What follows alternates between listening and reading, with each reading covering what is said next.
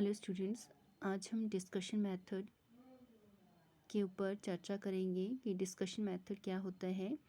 Discussion method को हिंदी में विचार विमर्श विधि कहा जाता है। विचार विमर्श विधि शिक्षण की लोकतांत्रिक विधि है क्योंकि इसमें प्रत्येक विद्यार्थी को भाग लेने के लिए अवसर प्रदान किए जाते हैं। शिक्षण प्रक्रिया में विद्यार्थियों की सक्रिय भूमिका होनी चाहिए, इसलिए शिक्षण विधि को प्रभावी, उपयोगी और स्थायी बनाने के लिए विद्यार्थियों में वाद विवाद करने की क्षमता और सक्रिय सहयोग की व्यवस्था होनी चाहिए। इसमें विचारों का आदान प्रदान होता है और समस्या के लिए बहुमत से समाधान ज्ञात किया जाता है। इससे बालकों में कौशल का विकास होता है और मन में विषयों को लेकर कोई दुविधा होती है तो वह आपसी विचारों के आदान प्रदान से दूर की जा सकती है। सामाजिक विज्ञान शिक्षण में वाद विवाद बहुत उपयोगी विधि है। इस विधि में अध्यापक तथा विद्यार्थी आपस में बातचीत करते हैं, जिसके परिणाम स्वरूप विद्यार्थियों को स्वतंत्र चिंतन तथा अभिव्यक्ति व्यक्त करने का अवसर प्राप्त होता है। एमिली जेम्स ने लिखा है, वाद विवाद एक ऐसी सामूहिक शिक्षण प्रक्रिया है जिसमें अध्यापक तथा विद्यार्थी किसी समस्या के प्रकरण पर बातचीत करते हैं। Components of discussion methods. Discussion methods में अगर हम कंपोनेंट की बात करें तो इसके जो कंपोनेंट्स रहेंगे, फर्स्ट जो कंपोनेंट रहेगा वो रहेगा द लीडर और टीचर। नेता अर्थात अध्यापक। स्वयं अध्यापक विचार विमर्श का नेता होता है। विचार विमर्श का आयोजन तथा विषय वस्तु का चयन एवं गठन सब कुछ अध्यापक को स्वयं करना होता है।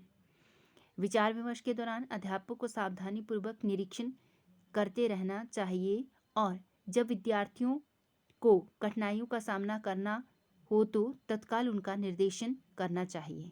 सेकंड है ग्रुप ऑफ द स्टूडेंट्स। समूह अर्थात विद्यार्थियों का समूह। कक्षा के विद्यार्थी विचार विमर्श के लिए समूह का काम करते हैं। विद्यार्थियों की रुचियों, योग्यताओं, अभिरुचियों, स्वभाव आदि में भिन्नता होती है। कुछ विद्यार्थी प्रतिभाशाली होते हैं तो कुछ विद्यार्थी संकोचशील होते हैं अथवा उनकी अधिगम क्षमता कम होती है। कुछ विद्यार्थी शरारती तो कुछ विद्यार्थी आज्ञाकारी होते हैं। नेता को चाहिए कि वह प्रत्येक विद्यार्थी को अपने विचार प्रकट करने के लिए प्रेरित करे। थर्ड है समस्या और प्रॉब्लम। विचार विमर्श में विचाराधीन समस्या ऐसी होनी चाहिए जिसे विद्यार्थी स्वयं अनुभव करते हों। वह उनकी अपनी समस्या हो, वह नेता की नहीं बल्कि समूचे समूह की समस्या हो। समस्या यथासंभव स्पष्ट होनी चाहिए। समस्या का चयन अध्यापक को विद्यार्थियों के सहयोग से करना चाहिए। फोर्थ है विषय सामग्री। जॉनसन के अनुसार विचार विमर्श की विषय सामग्री ज्ञान, तथ्यों एवं सामान्यकरणों का समूह है। यदि किसी समस्या पर विचार विमर्श करके उसका समाधान ढूंढना है तो इसे प्राप्त करना चाहिए। विचार विमर्श में मानचित्रों, चार्टों, चित्रों, आरेखों और श्रव्य दृश्य साधनों को भी सम्मिलित करना चाहिए। फिफ्थ है इवैल्यूएशन, मूल्यांकन। विचार विमर्श के अंत में प्रत्येक भागीदार को इस बात का मूल्यांकन करना चाहिए कि किसी विशिष्ट समस्या या प्रकरण पर किए गए विचार विमर्श से उसके ज्ञान में वृद्धि हुई है या नहीं, उसके विचारों, अभिवृत्तियों तथा पूर्वाग्रहों में परिवर्तन हुआ है या नहीं और उसकी रुचि में विस्तार हुआ है या नहीं। अच्छा विचार विमर्श भाग लेने वालों के विचारों एवं उनकी अभिवृत्तियों में अवश्य परिवर्तन करता है और उन्हें अधिक क्रियाशील बनाता है। टाइप्स ऑफ डिस्कशन की अगर हम बात करें तो टाइप्स ऑफ डिस्कशन में सबसे पहला जो टाइप्स रहेगा वो रहेगा डिबेट, वाद विवाद।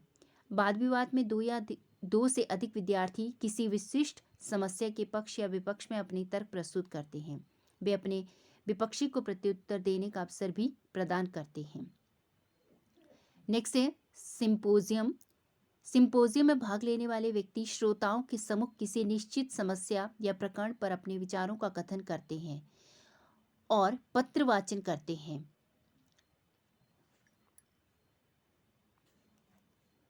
सिंपोजियम का मुख्य प्रयोजन है विवादास्पद प्रश्नों पर स्पष्ट रूप से विचार करना।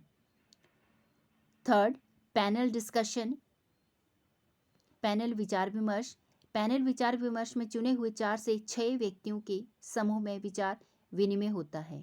यह समूह इतना बड़ा है कि इसमें विविधता के लिए अवसर हो सकता है और इतना छोटा है कि इसमें उद्देश्यपूर्ण विचार विनिमय हो सकता है। इसमें प्रयास संबंधित क्षेत्रों के प्रसिद्ध सदस्य अथवा विशेषज्ञ को सम्मिलित किया जाता है।